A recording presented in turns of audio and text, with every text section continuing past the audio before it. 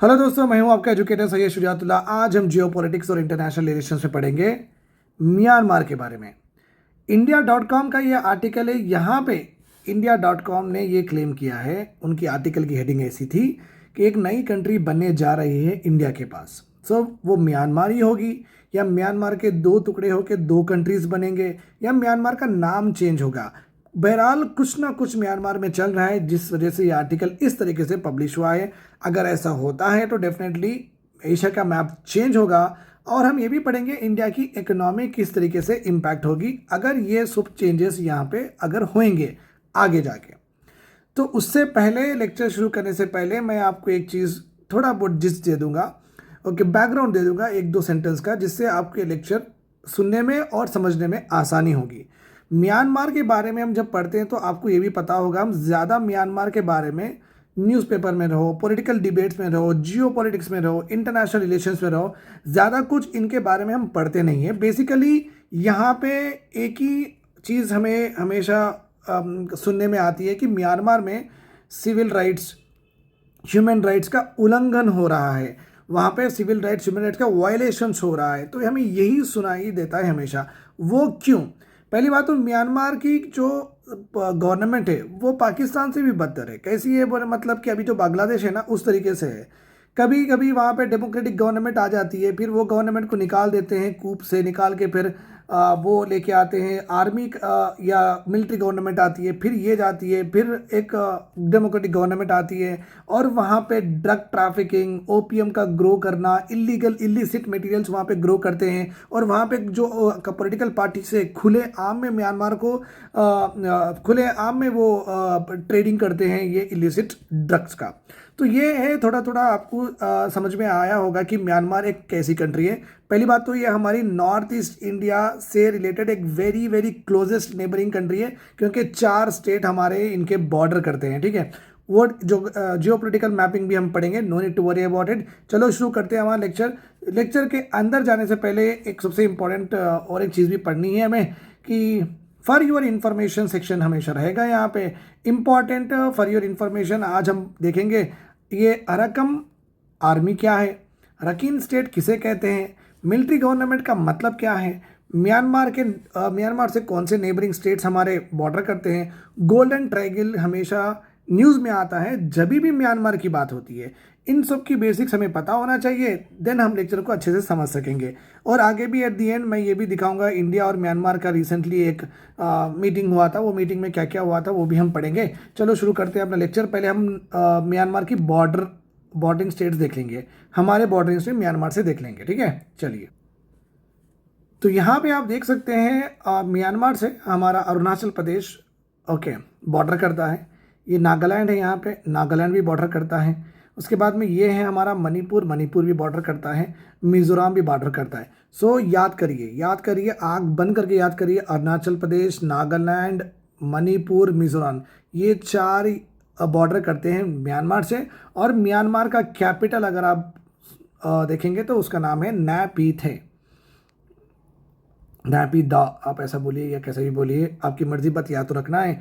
क्योंकि कभी कभी हम रिलेशंस जब पढ़ते हैं, इंटरनेशनल रिलेशंस, सो हम एड्रेस करते हैं कि दिल्ली ने ये किया है, ठीक है, वाशिंगटन डीसी सा ये आया, मतलब क्या गवर्नमेंट की बात हो रही है, कभी कभी ऐसा भी होता है, ठीक है। चलिए, तो 4 स्टेट आई गेस आपको क्लियर है। और एक बार मेरे साथ दोहराइए, और एक बार मेरे साथ रिपीट करिए, अरुणाचल प्रदेश, नागालैंड, मणिपुर, मिज़ोरम। तो ये भी आपको स्टेट की सीक्वेंस पता होनी चाहिए। और जो हमारे मेघालय है, अरुणाचल प्रदेश, असम है, वो तो शेयर नहीं करते अलॉन्ग विथ त्रिपुरा, ठीक है।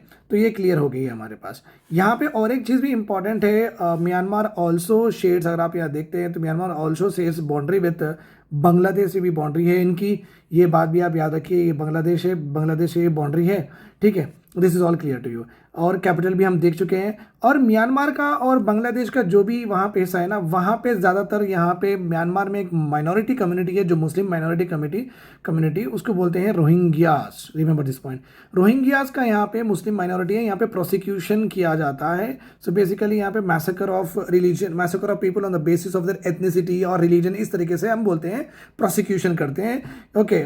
एग्जीक्यूशन भी करते हैं। तो लोग वहाँ पे डर के, वहाँ पे मुस्लिम जो रोहिंग्या से वहाँ से डर के बांग्लादेश ने असाइलम ले रहे हैं। वहाँ पे इन दोनों कंट्री के बीच में एक आइलैंड है, वहाँ पे उनको शेल्टर दिया गया है by Bangladesh at this point of time. ठीक है, ये एक इंपॉर्टेंट एस्पेक्ट था जो आपको समझना चाहिए, क्योंकि हमारे प्रेजेंट पॉलिटिकल डेज में, पॉलिटिकल सेटअप में भी हमें ये देखने को मिलता है कि डेफिनेटली रोहिंग्यास दिल्ली में है, रोहिंग्यास असम में, इसलिए नेशनल रजिस्टर कराइए, ओके, सिटीजनशिप एक्ट अमेंड जल्दी करना है। ठीक है, ये सब भी चलते रहता है, बिकॉज आपको पता होना चाहिए रोहिंग्यास है कौन। चलो, this is all clear to you. अभी हम आगे बढ़ते हैं। ठीक है, उससे पहले एक आंसर पॉज करिए वीडियो और इसका आंसर करने की ट्राई करिए।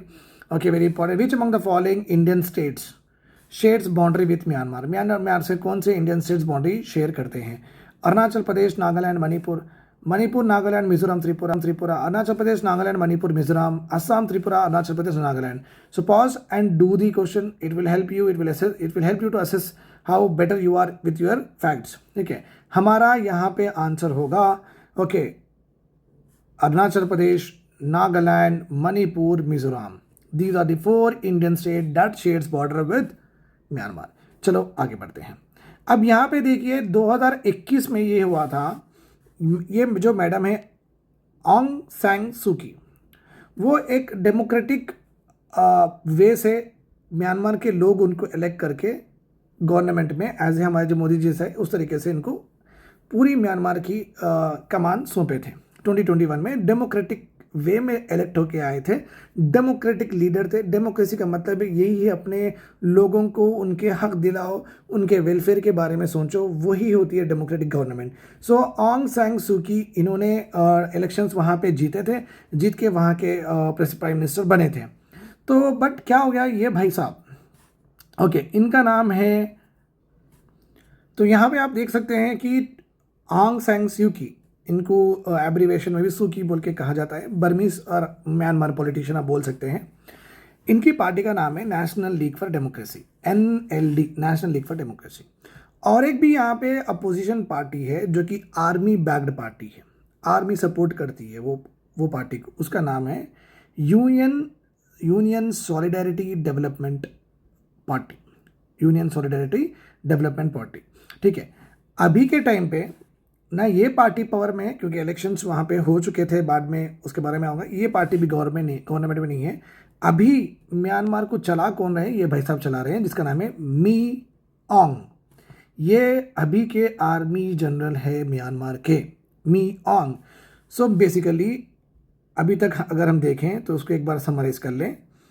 म्यांमार में 2 पार्टी है, एक तो नेशनल लीग फॉर डेमोक्रेसी जो कि आंग सैंग सूकी आते हैं वहाँ से, और एक पार्टी है USDP, union solidarity development party. ये आर्मी बैक्ड है। अभी ये पार्टी पावर में नहीं है, ये पार्टी पावर में, आर्मी चीफ जनरल वहाँ पे मी ऑंग, इन्होंने वहाँ पे पूरा सत्ते पे अपना हक जमा रखा है। ठीक है, 2021 में जब ये इलेक्ट होके आए थे तो इनको वहाँ पे मिलिट्री कुप से निकाला गया था, और इनके जगह पे ये भाई साहब म्यांमार के राजा बन गए। ठीक है, चलिए स्टार्ट करते हैं। The military regime that seize power in Myanmar 3.5 years, okay, 3.5 साल से ये मिलिट्री रिजीम वहाँ पे चल रही है म्यांमार में।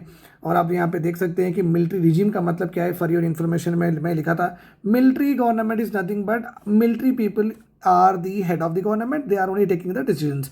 बेसिकली मिलिट्री या पुलिस रूल बहुत प्रो पीपल नहीं होता है। It will be very restrictive in nature, limitations होते हैं सिविल लिबर्टीज़ पे, प्रोटेस्ट नहीं किया जा सकता है, उनके राइट्स एंड क्लेम्स को ज़्यादातर स्ट्रिक्ट वे में इम्प्लीमेंट किया जाता है। इस वजह से ऐसे police regime, military governments, no country will sort. Basically every country चाहिए कि एक डेमोक्रेटिक गवर्नमेंट सबको चाहिए। ठीक है, तो ये भाई साहब ने 3.5 साल पहले ही 2021 में इन्होंने जीता था, इनसे ये कूप करके ये सत्ता ले चुके हैं, और 3.5 साल से वहाँ पे इमरजेंसी सिचुएशन ही है। और अभी जाके वो कह रहे हैं कि नेक्स्ट 6 महीने में इलेक्शंस हम करवाएंगे, मतलब NLD और USDP के बीच में इलेक्शंस करवाएंगे, मीन्स आर्मी करा रही है। देखो कैसा ज़माना आ गया है। ठीक है, इलेक्शन कमीशन या इलेक्शन बोर्ड ऐसा कुछ होता है कंट्रीज़ में, वो लोग कराते हैं, बट ये करा रहे हैं आर्मी। ओके, तो आप समझ सकते हैं कि कहीं ना कहीं रिगिंग तो हो ही सकती है। अब बीच में फॉर योर इन्फॉर्मेशन में ये भी मैंने दिया था कि अराकन आर्मी क्या है। अराकन आर्मी ये है कि जो अभी की जो आर्मी है, म्यांमार आर्मी, इसको फाइट करने के लिए एक रेबल आर्मी बनाई गई है म्यांमार में, उसको हम बोलेंगे अराकन आर्मी। अब ये अराकन आर्मी ये क्लेम करती है कि हम आधे से ज़्यादा म्यांमार को हम कब्जा कर चुके हैं और प्रेजेंट जो आर्मी है उसको हम हरा चुके हैं। Arakan army which is fighting against the military regime in Myanmar is close to achieving independence, वो लाएंगे म्यांमार में, ऐसा वो कह रहे हैं। ऑलरेडी उन्होंने ये क्लेम किया है कि 15 पूरे, जैसे कि हमारे इंडिया में 28 स्टेट्स है, उनके पास भी 18 प्रोविंसेस है, म्यांमार में 15 प्रोविंसेस पे अराकन आर्मी का कब्जा हो चुका है of the Rakhine state. Rakhine state is nothing, Myanmar का जो निचला हिस्सा है जो भी बे ऑफ बंगाल में ऐसा स्लाइड होकर ड्रेन होता है, वो हिस्से को बोलेंगे Rakhine state. Okay, in the latter part of 2024 Myanmar की अराकन आर्मी सक्सेसफुली कैप्चर्ड अन और एक इंपॉर्टेंट वहाँ का प्रोविंसेस को कैप्चर कर चुकी है, which is actually base of operations of military of Myanmar. Myanmar की मिलिट्री ऑपरेट होती है वहाँ से, वो बेस भी वो 2024 में ले चुके हैं। Along with this strategic gain, the Arakan army also took control of Mungda, thus asserting its dominance over the entire Bangladeshi border पे भी ये अराकन आर्मी का कब्जा हो चुका है। इसलिए आप देख सकते हैं कि 18 में से 15 प्रोविंसेस अराकन आर्मी के पास आ चुके हैं। अभी जाके आर्मी जनरल बोल रहे हैं कि ठीक है मैं इलेक्शंस कराऊंगा, तो आप समझ सकते हैं कि अब कुछ बचा ही नहीं, तो चलो अभी इलेक्शंस करा के नाम तो कमा लूँ, ऐसा भी हो सकता है, राइट। म्यांमार के एक जी के अगर देखेंगे तो लार्जेस्ट लिखना चाहिए यहाँ पे, largest cultivator and producer of opium है। और यहाँ पे हम ये भी देखेंगे कि ये गोल्डन ट्रायंगल है था क्या है। गोल्डन ट्रायंगल बेसिकली आप यहाँ पे देखिए, ये म्यांमार का हिस्सा है, म्यांमार, ओके, थोड़ा लाओस का हिस्सा है, थाईलैंड का हिस्सा है। ओके, सो गोल्डन ट्रायंगल में थोड़ा म्यांमार, थोड़ा लाओस, थोड़ा थाईलैंड, ये 3 कंट्रीज के थोड़े थोड़े पार्ट्स आते हैं। यहाँ पे ये रीजन्स है, ये these reasons are rich in opium. Okay, majority of the countries इसको बैन कर चुके हैं, बट ये स्टिल यूज कर रहे हैं, तो ये opium, remember this point, majority of the countries okay have ban the opium, but ये लोग ज़्यादा प्रोड्यूस करते हैं, रिमेंबर दिस पॉइंट, ठीक है। चलिए, तो गोल्डन ट्रायंगल में 3 कंट्रीज आते हैं जो कि very rich in what, opium. अभी यहाँ पे देखते हैं इंडिया और म्यांमार के रिलेशंस देखेंगे।